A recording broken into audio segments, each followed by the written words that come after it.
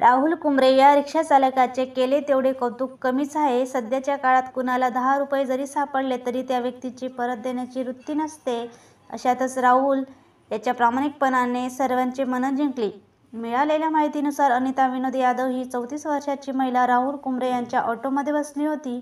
ते गोकुळपेठ येथून बसली व गिट्टीखदान येथे उतरली व रिक्षातून उतरतेवेळी अनिता यादव आपल्या काळ्या रंगाचे बॅग ऑटोतच विसरली.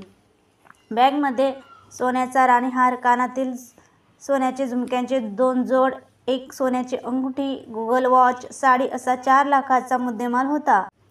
काही वेळाने रिक्षाचालकाचे रिक्षामधील बॅगवर लक्ष गेले पण तेव्हा रिक्षातील अनिता यादव ही रिक्षातून उतरलेली होती व रिक्षाचालक राहुलने बॅगची तपासणी केली असता प्रामाणिकपणे बॅग सक्करदरा पोलीस ठाण्यात जमा केली. उपनिरीक्षक प्रवीण वाकडे व सक्करदरा पोलिसांनी रिक्षाचालकाचे कौतुक केले तसेच गुलाब पुष्प देऊन सत्कार केला व 2100 रुपयांचे बक्षीस दिले.